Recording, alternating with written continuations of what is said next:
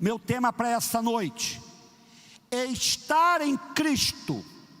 O que isso significa? Estar em Cristo. O que isso significa? Costumeiramente, eu tenho afirmado desse púlpito, eu tenho pregado dessa plataforma, que há muitas pessoas que estão na igreja chamada local, visível, numa comunidade geográfica, com muita gente reunida, mas apesar disso, na prática, não estão em Jesus ainda. Eu quero repetir isso, porque essa minha afirmação inicial é a base de toda a palavra. Há muitos que estão na igreja local, visível, numa comunidade, num espaço geográfico, reunidos com outras pessoas, mas que na prática, de um modo concreto, de um modo real, sendo dizimistas, frequentando assiduamente as reuniões da sua congregação, entretanto, não estão em Jesus ainda. É lógico que o estar em Jesus acabará nos ligando a um corpo, a um organismo vivo, que chamamos de igreja. Igreja essa que é composta por membros regenerados e transformados pela ação do Espírito Santo de Deus. Porém, necessariamente, quero ressaltar essa verdade: o fato de você frequentar uma congregação religiosa não é garantia automática de que você está efetivamente ligado a Jesus. Você consegue me entender? Você consegue compreender o que eu estou afirmando nessa noite? Há muito denominacionalismo, muito institucionalismo, muita religiosidade inútil no meio do povo que se chama de Deus. Jesus vai falar sobre isso. Quer ver só? Vamos lá? Para começar, Mateus 15, versos 8 e 9. Não é o meu texto base, o meu texto base ainda é outro. Colossenses capítulo 2. Mas eu quero introduzir esse assunto lendo esse texto. Mateus capítulo 15, versos 8 e 9. Olha o que Jesus falou: este povo me honra com os lábios, este povo me adora publicamente, este povo se reúne após mim, mas o seu coração está longe de mim. Pode avançar. Em vão me adoram, seus ensinamentos não passam de regras ensinadas por quem? Homens. Ensinadas por homens. É importante dizer que Jesus não está sendo original ao pronunciar estas palavras. Jesus está fazendo uso de um texto bíblico do Velho Testamento, de autoria do profeta Isaías, que viveu 600 anos antes dele. Vamos lá? Isaías capítulo 29, versículo 13. Isaías capítulo 29, versículo 13. Olha o que o profeta messiânico, aquele que como ninguém anunciou a vinda de Jesus, olha o que ele vai dizer. Olha o que ele fala. O Senhor diz: esse povo se aproxima de mim com a boca e me honra com os lábios, mas o seu coração está longe de mim. A adoração que me prestam é feita só de regras ensinadas por homens. O que eu aprendo com estes versos é que eu e você podemos estar nos enganando a nós mesmos, através da forma como vivenciamos a nossa fé. O que é que de fato significa ter um coração próximo de Jesus? O que representa estar nele realmente?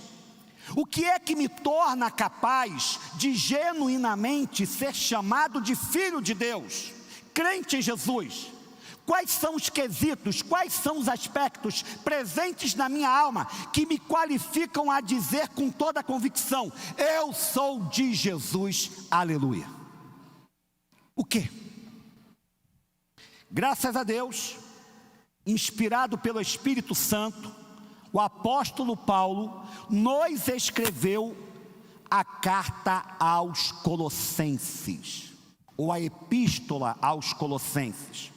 Basicamente, o objetivo do apóstolo Paulo nessa pequena carta era tratar sobre a verdadeira adoração, sobre o quanto Jesus é supremo, singular e único, sobre a incomparabilidade que há no nome de Jesus e o quanto Ele, apenas Ele, e exclusivamente Ele, é digno de ser louvado, adorado e cultuado. Paulo escreve a carta aos Colossenses para explicar o que significava estar em Jesus de fato. E hoje, século 21, numa época de tanto sincretismo, misticismo, onde há uma terrível confusão e mistura religiosa, em que nós vemos crentes usando artefatos, objetos ou coisas como sal grosso para espantar os espíritos maus, tomando banho de descarrego para poderem se purificar espiritualmente e serem mais prósperos, numa época de tantos absurdos no meio do povo que se chama de Deus. As palavras de Paulo aos Colossenses são fonte de salvação para a minha, para a sua, para a nossa alma. Eu quero então, de hoje, e de modo indefinido, não tem ainda na minha ideia mensurado o tempo que isso durará, eu quero trabalhar parte de um capítulo de Colossenses com vocês, que responde a essa pergunta: o que significa estar de fato em Jesus? E eu quero começar com Colossenses capítulo 2, vou seguir todo esse capítulo a partir do versículo 6. A partir do versículo 6, eu quero começar lendo Colossenses 2, 6 e 7. Colossenses capítulo 2, versos 6 e 7. Eu queria que você lesse esse texto comigo e estivesse atento à explicação do mesmo, mas grifasse na sua Bíblia essas palavras, marcasse na sua Bíblia, porque é um texto muito profundo, é um texto que vai te abençoar por demais, é um texto que você tem que guardar para o restante da sua vida. Colossenses capítulo 2, versos 6 e 7. Olha o que diz a palavra do Senhor. Você pode ler comigo a partir do telão aqui atrás. Portanto, assim como vocês receberam Cristo Jesus, o Senhor, continuem a viver nele, enraizados e edificados nele, firmados na fé, como foram ensinados, transbordando de gratidão. Amém, igreja? Apenas a parte inicial. Primeira verdade dessa noite. Primeira verdade dessa noite. Uma pergunta: você já recebeu Cristo em sua vida? Você tem certeza de já ter recebido Cristo em sua vida? Olha como é que Paulo começa o versículo 6. Portanto, assim como vocês receberam Cristo Jesus. Vamos pensar de modo mais profundo nessa parte inicial. Para Paulo, Cristo não é uma pessoa com a qual já nascemos em nós. Cristo não é uma realidade inata, que vem conosco ao mundo por ocasião do nosso nascimento. Paulo entendia que para que Cristo estivesse com alguém, seria preciso este alguém recebê-lo, tê-lo através de uma decisão voluntária e espontânea, como alguém que é espontaneamente, alegremente, efusivamente acolhido com alegria no coração. É uma atitude racional, é uma atitude consciente, é um gesto que envolve o pleno exercício das suas faculdades mentais. Eu recebo a Cristo como meu Senhor e como meu Salvador. Eu acolho a Cristo como Deus libertador da minha alma. É isso que Paulo está dizendo. E esse momento em que se recebe a Cristo de modo espontâneo, de modo voluntário, de modo decidido, é o que chamamos de momento da conversão. Preste atenção a isso que eu estou lhe dizendo. Ser cristão verdadeiro é ser convertido. Ser cristão genuíno é ter uma experiência de acolhimento do Messias Jesus no seu coração. É um marco zero na sua vida, em que tudo se faz novo, em que a sua existência muda da água para o vinho, no sentido de que a velha criatura é morta e uma nova criatura nasce, claro, ainda com alguns vícios da velha vida, mas ela passa a ter um poder para superar as suas quedas e falhas e pecados habituais que antes ela não tinha, porque estar em Cristo equivale a começar agora uma vida dirigida pelo seu Espírito Santo. É isso que precisamos compreender. Há muitos que vêm de uma família evangélica, há muitos que se emocionaram com a liturgia, com o culto da igreja, há muitos que são amigos do pastor ou de algum outro líder religioso de renome ou de presença carismática no meio da igreja.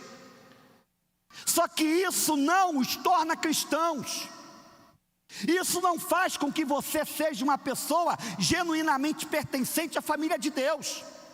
O que faz com que você possa ter o seu nome no livro da vida, o que faz com que você seja um membro verdadeiro da igreja, o que faz com que você tenha uma nova experiência com Deus, é o acolhimento pessoal, voluntário e espontâneo de Jesus como Salvador e Senhor. Então Paulo diz assim, Paulo é claro: portanto, assim como vocês receberam Cristo Jesus, tem que receber Cristo para estar nele, para poder permitir-se ser habitado pelo Espírito Santo de Deus. Volto então a fazer a minha pergunta: você já recebeu Cristo? Você já tem Jesus no seu coração? Segunda verdade que eu lhes trago nessa noite: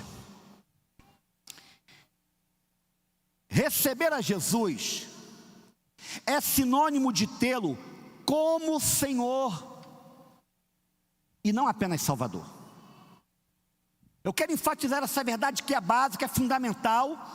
Pode parecer assunto de EBD infantil, coisas que os mais antigos, os dinossauros espirituais, já estão carecas de saber, mas é uma verdade que carece de ser rememorada continuamente. Receber Jesus é sinônimo de tê-lo como Senhor e não apenas Salvador. Olha o que Paulo fala, estou no versículo 6 ainda. Portanto, assim como vocês receberam Cristo Jesus, o Salvador, é isso que está aí? É isso que está aí, o Salvador? Não, o Senhor. O Senhor. Cristo não é tão somente aquele amiguinho especial e consolador que decidimos chamar para estar conosco porque Ele nos faz bem, porque Ele traz alento, prazer, conforto para a nossa alma. Não. Antes de ser Salvador, Cristo é Senhor. Ele quer ser o dono, o proprietário, o Senhor exclusivo da sua vida. Uma curiosidade: a palavra Salvador aparece no Novo Testamento 69 vezes. Vem do grego soter, Salvador, referindo-se ao trabalho de Jesus na cruz. Ela aparece 69 vezes em todo o Novo Testamento, falando sobre a obra substitutiva de Jesus na cruz. Entretanto, grave essa verdade: a palavra Senhor, que vem do grego Kyrios, aparece 700 vezes no Novo Testamento, 10 vezes mais. O que é que isso me ensina? Que eu não posso ter Jesus como meu Salvador, como meu perdoador de pecados, como aquele que me garante um lugar no céu, se primeiro Ele não for o meu Senhor, aqui e agora, já nesta presente existência. Então, estar em Jesus não é apenas ter com Ele um relacionamento de amizade, em que você recorre a um ser que lhe é amável e querido nas suas horas de crise e angústia, um ser com o qual você pode desabafar emocional e espiritualmente. Não. Estar em Jesus significa assumi-lo como Senhor, como dono exclusivo da sua alma, de todos os seus caminhos, dos seus passos que se seguirão para o seu futuro. Terceira verdade: estar em Jesus implica em constante renovação de alma. Estar em Jesus implica em constante renovação de alma. Vamos voltar para o texto, olha o que diz: portanto, assim como vocês receberam Cristo Jesus, o Senhor, Paulo continua, continuem a viver nele, enraizados e edificados nele, firmados na fé, como foram ensinados. Importante isso. Você não levanta a mão num culto e aceita Jesus e acabou, e pronto.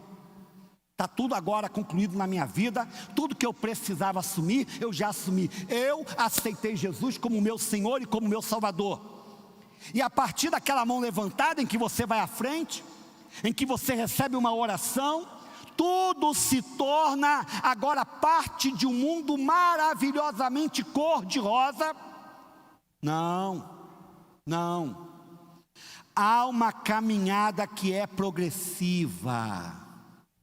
Há uma escalada na fé que é contínua.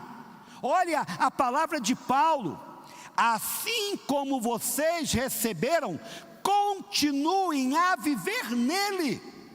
Prossigam, perseverem, enraizados e edificados nele, firmados na fé. Paulo está dizendo aqui que todo dia eu e você temos que tomar decisões em relação a Jesus. Há um momento inicial, há um marco zero, que eu já lhes falei aqui, é o momento da conversão. Mas a partir da conversão, temos inúmeros outros passos, onde a cada instante, nós decidimos que somos de Jesus. E ponto final.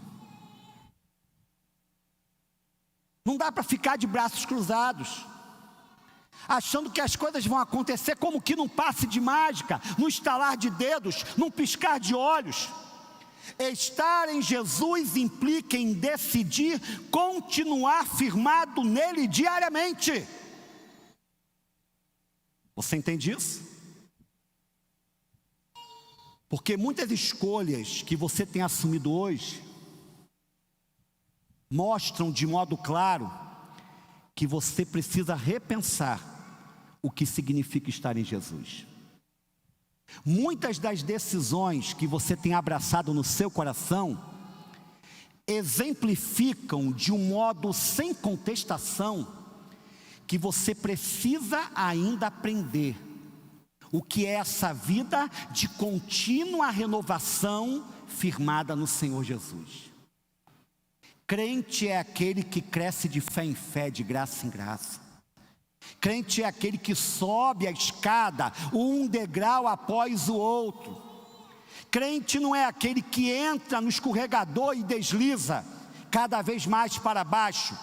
Se você tiver um momento desse, você tem a chance em Cristo, pelo Espírito Santo que habita em você, de voltar lá para o topo. Mas você tem que decidir isso, porque o Deus que lhe dá força já está em você, para lhe capacitar a viver uma vida de santidade a cada dia. Não uma vida de perfeição absoluta, não uma vida de impecabilidade, isso é impossível aqui nesse mundo, mas uma vida em que de modo convicto sabemos o que queremos e estamos crescendo na graça e no conhecimento de Jesus, como está em 2 Pedro capítulo 3, versículo 18. Temos que compreender isso. Quarta verdade: estar em Jesus significa ter uma vida de gratidão. Gratidão. Olha o que Paulo fala no finalzinho aqui do versículo 7. Transbordando de gratidão. Vamos ser francos? Vamos ser francos? Como ser grato num mundo com tantas injustiças sociais? Pensemos em nosso país. Alguém sabe aí de modo preciso o número exato de mortos hoje pela Covid? O total de mortos já no Brasil pela Covid? Já estamos em quantos mil? 200 e quanto? 250 mil, arredondando aí. Tem ideia do que é isso? 250 mil equivale a quase 2 Teixeiras de Freitas em população. Como é que você vai ser grato? Como é que você vai ter alegria no meio dessa mortandade?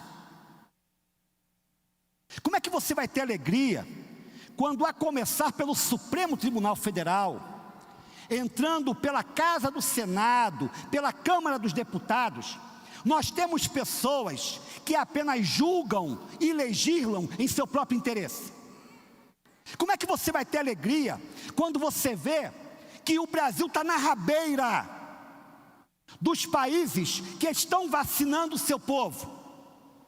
Como é que você vai ter alegria quando você olha para frente e você compreende que a economia, a tendência dela é piorar, piorar cada vez mais, e só alguns setores, poucos setores, estão se beneficiando dessa crise?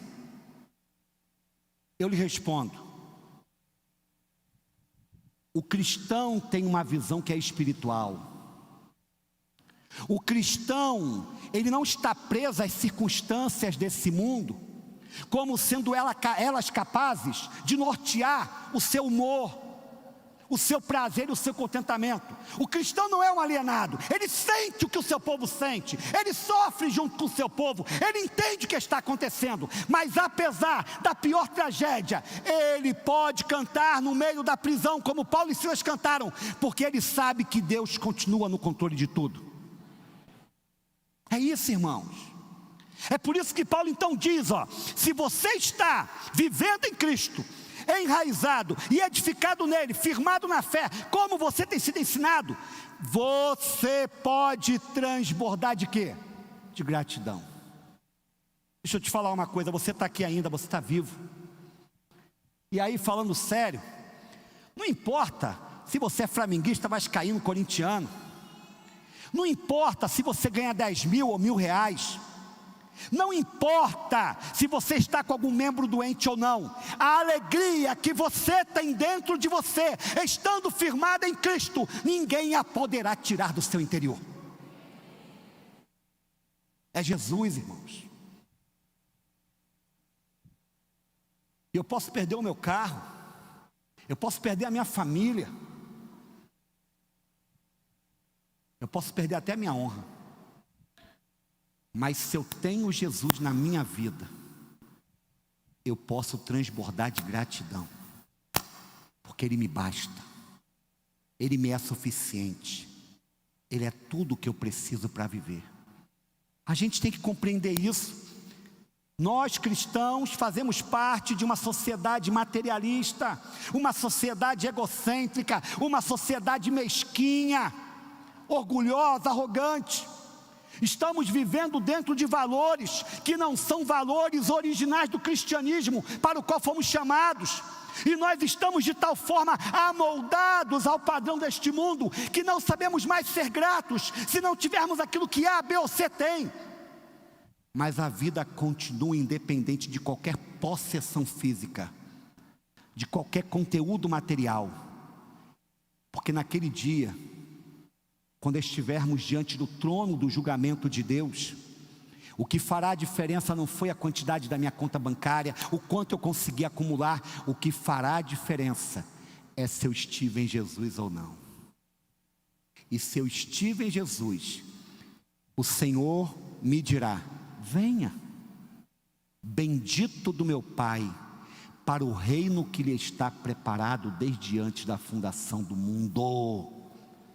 É por isso que eu transbordo de gratidão, porque o que realmente importa, se você está em Jesus, você já tem, é Jesus na sua vida. Acabou. Tem mais um ponto aqui, eu vou falar, tá? São 8h25, está cedo ainda. O toque de recolher só começa amanhã, não é hoje não. Estar em Jesus é sinônimo de caminhar além das tradições religiosas. Eu não poderia deixar de falar isso aqui hoje. Estar em Jesus é sinônimo de caminhar além das tradições religiosas. Vamos para o versículo 8, último verso, tá? Último verso de Colossenses, vou ler ainda mais duas partes. Tenham cuidado para que ninguém os escravize a filosofias vãs e enganosas, que se fundamentam nas tradições humanas e nos princípios elementares deste mundo, e não em Cristo. Amém, igreja? A religião verdadeira nada tem a ver com a infinidade de fórmulas que são criadas pelo ser humano na tentativa de envolver, enlaçar as pessoas descuidadas, incautas, em um monte de crendices e práticas inúteis. Há muitos que hoje estão vivendo um fardo, carregando um jugo insuportável, porque líderes mal intencionados e também enganados pela mentira que um dia abraçaram como fé, têm lhes determinado até o que devem ou não comer, o que devem ou não vestir, tamanho do cabelo, tamanho da roupa e daí por diante. Frequentou aqui durante algum tempo uma senhora que veio me pedir ajuda, porque seu casamento estava literalmente acabando. Ela fazia parte de uma dessas seitas evangélicas, vou chamar de seita, onde a pessoa não tem liberdade sequer para decidir o que ela vai comprar no supermercado. Ela tem um líder sobre a vida dela, alguém que lhe é o seu superior espiritual, o seu mentor, que determina para ela a quantidade que ela pode gastar mensalmente com compras, para que ela não saia do orçamento doméstico e assim acabe deixando de abençoar a igreja financeiramente. E essa mulher chegou ao ponto máximo de crise quando ela percebeu que o seu filhinho pequeno começou a fazer muita estripulia, a brincar demais, a correr demais, E ela tinha então um acesso para a laje essa que não tinha proteção alguma. E aquele menino foi encontrado um dia naquela laje alta, sem nenhuma proteção, e ela teve que pegá-lo antes de cair. E ela então decidiu com seu marido: vamos colocar uma cerca, uma grade de proteção nesta laje. Não vamos construir agora, não temos previsão de quando vamos fazer a parte de cima. Vamos colocar então uma cerca de proteção. E quando começaram a obra, o líder daquela igreja foi até a casa dela, escute isso, foi até a casa dela e disse: a obra vai terminar amanhã, porque pelo poder aquisitivo de vocês não podem continuar essa construção. Isso vai prejudicar a fidelidade de vocês junto ao reino de Deus, e vocês não poderão mais continuar esta obra. E ela falou: mas pastor, meu filho quase morreu um dia, cuide dele de outra maneira, mas essa obra não vai continuar. É brincadeira isso, gente? Dá para aceitar um negócio desse? Não dá. Só para resumir a história, ela hoje está separada do esposo, vive já com outro homem há cerca de 2 anos já. E o homem, o esposo dela, devoto, fiel daquele grupo, já está totalmente fora hoje de qualquer ligação com o evangelho. Legalismo, religiosidade que aprisiona a alma e impede a pessoa de alcançar a felicidade verdadeira. O que Paulo nos disse aqui no versículo 8? Tenha cuidado, meu filho, minha filha, não se deixe iludir. Há muita gente que está fazendo uso de tradições meramente humanas, dizendo que as suas palavras são de Deus, mas Deus está muito longe deles. Abre seus olhos. Há muitos visitantes aqui nessa noite. Eu não tenho ideia de a qual grupo religioso muitos aqui pertencem, mas abra os seus olhos, para você não ser objeto de manipulação de fé, para você não ser uma pessoa que está sendo usada com propósitos escusos e mesquinhos, por parte de pessoas que falam em nome de Deus, mas que não tem nada a ver com Deus. Vamos lá, para você que está cansado, eu tenho essa palavra, Mateus capítulo 11, vamos lá? Mateus capítulo 11, verso 28 ao 30. Mateus capítulo 11, versos 28 ao 30. Aqui está a verdadeira religião, a religião de Jesus. Olha o que diz aqui. Palavras de Jesus, tá? Não são palavras aqui de Paulo, não são palavras de Pedro, não são palavras do pastor Júlio, longe de mim isso. Palavras do próprio Jesus. Ele está agora sussurrando nos seus ouvidos essas palavras: venham a mim todos os que estão cansados e sobrecarregados, e eu lhes darei descanso. Tomem sobre vocês o meu jugo e aprendam de mim, pois sou manso e humilde de coração, e vocês encontrarão descanso para as suas almas, pois o meu jugo é suave e o meu fardo é leve. Eu falei no princípio do culto que deixei minha esposa, a minha querida Lu, em casa, pleno domingo, 7 da noite, estudando, fazendo sua pós-graduação, chateada, revoltada.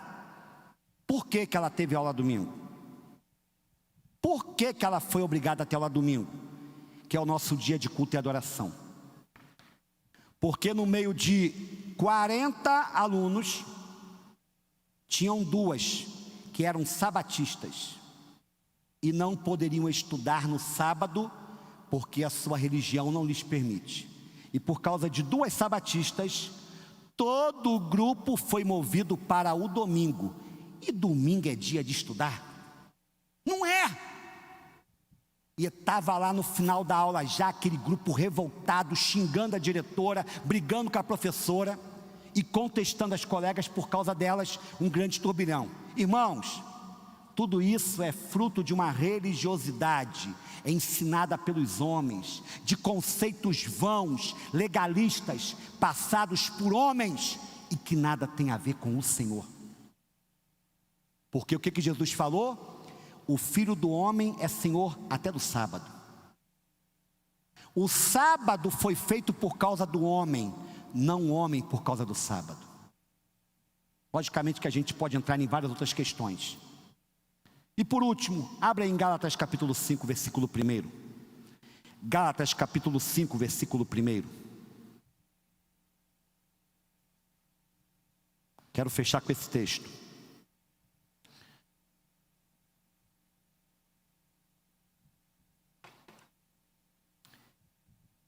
Foi para a liberdade.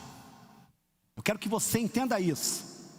Você que tem preconceito contra a vida cristã, você que acha que ser crente, ser cristão evangélico, protestante, é sinônimo de ser careta, quadrado, é uma coisa sem eira nem beira, é uma coisa sem sentido, é uma coisa descontextualizada. Eu quero te mostrar o caráter de vida que tem aqueles que estão em Cristo. Gálatas 5:1. Foi para a liberdade que Cristo nos libertou. Portanto, permaneçam firmes e não se deixem submeter novamente a um jugo de escravidão. Eu tenho me policiado muito, ultimamente, no que diz respeito ao teor das minhas palavras pregadas. Senhor, isso que eu estou dizendo aqui é coisa do homem pastor Júlio? É coisa de quem ainda está preso a algumas amarras religiosas? Ou é de fato a tua vontade expressa na tua palavra? E cada pessoa deve fazer uma aplicação para a sua própria vida. Eu me lembro, já falei isso aqui umas 2, 3 vezes. Minha querida Clóvia, acho que ela não está aqui hoje não. Não está aqui não.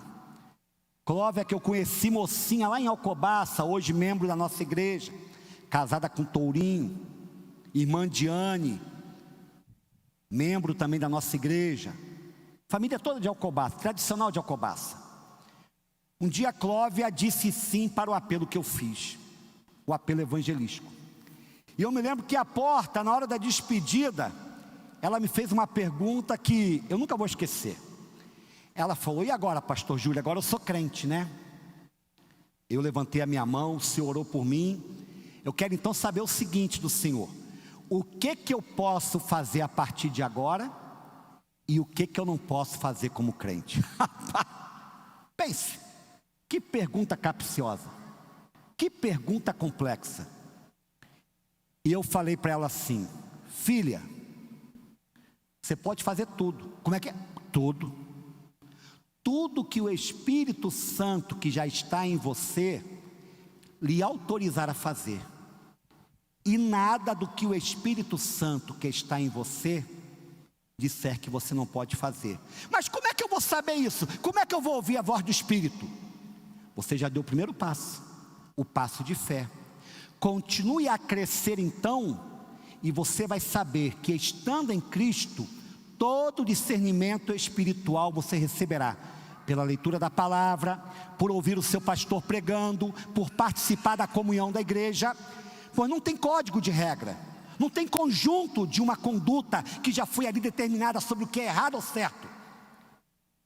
Você pode tudo que o Espírito lhe disser na palavra que você pode, e você não pode aquilo que o Espírito não lhe autorizar na palavra. Isso você vai descobrir na sua caminhada. É isso, irmãos, é isso. Me converti e na primeira semana fui jogar bola. O cara deu uma entrada pesada em mim e eu falei: céu, vai!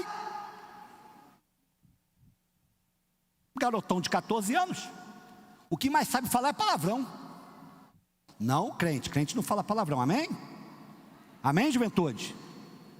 Ai, ai, ai, ai, ai. Deus tenha misericórdia. Quando eu acabei de xingar o cara que me deu a entrada pesada,